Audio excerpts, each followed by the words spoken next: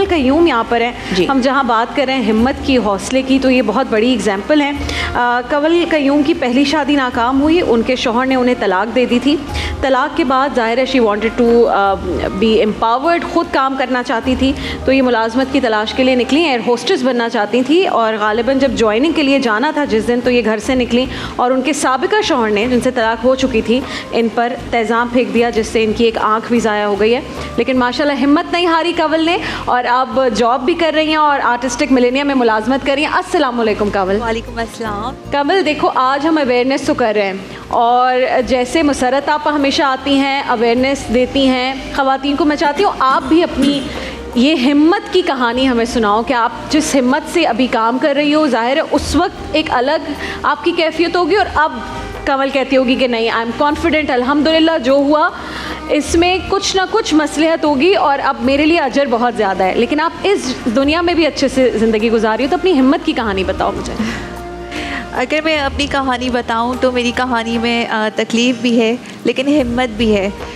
अल्लाह का शुक्र है कि मैंने कभी हिम्मत नहीं हारी, क्योंकि मेरे साथ मेरे बच्चों का साथ था और मैं चाहती थी कि उनको एक अच्छा इंसान बनाऊं, तालीम तरबियत दूं, और अल्हम्दुलिल्लाह मैं उसमें कामयाब भी रही।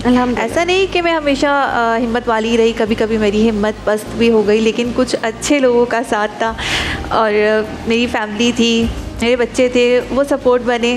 तो सबसे बड़ी चीज़ जो मैंने सीखी ये कि मुझे किसी पर बोझ नहीं बनना है, मैंने किसी का सहारा बनना है, साथ देना है, और अल्हम्दुलिल्लाह जहाँ तक हो सकता है कोशिश होती है। अब जैसे हमारे स्माइल अगेन में बहुत सारी लड़कियाँ हैं, हम लोग जब साथ होते हैं तो एक कम्युनिटी की तरह, हम लोग एक फैमिली की तरह है, एक दूसरे का सहारा बनते हैं, एक दूसरे का सहारा बनते हैं, एक दूसरे को देखकर हमें सपोर्ट मिलती है। हम लोग जब बातें होती हैं हमारी ज़रा अलग ही लेवल की होती हैं। हम लोग ये बातें नहीं करते कि आपने कौन से ब्रांड का ड्रेस पहना, हम ये कहते हैं आपने नाक कहाँ से बनवाई, आँख कहाँ से बनवाई। जैसे हमारी एक पेशेंट है सिद्रा, मुझसे पूछती है कमल आपने नाक कहाँ से बनवाई, तो मैं खुश हुई, मैंने कहा चलो किसी को पसंद आ रही है। असल मेरी नाक अभी चल रही है, अभी याद रखिए समझे पूरी तामीर बाकी है।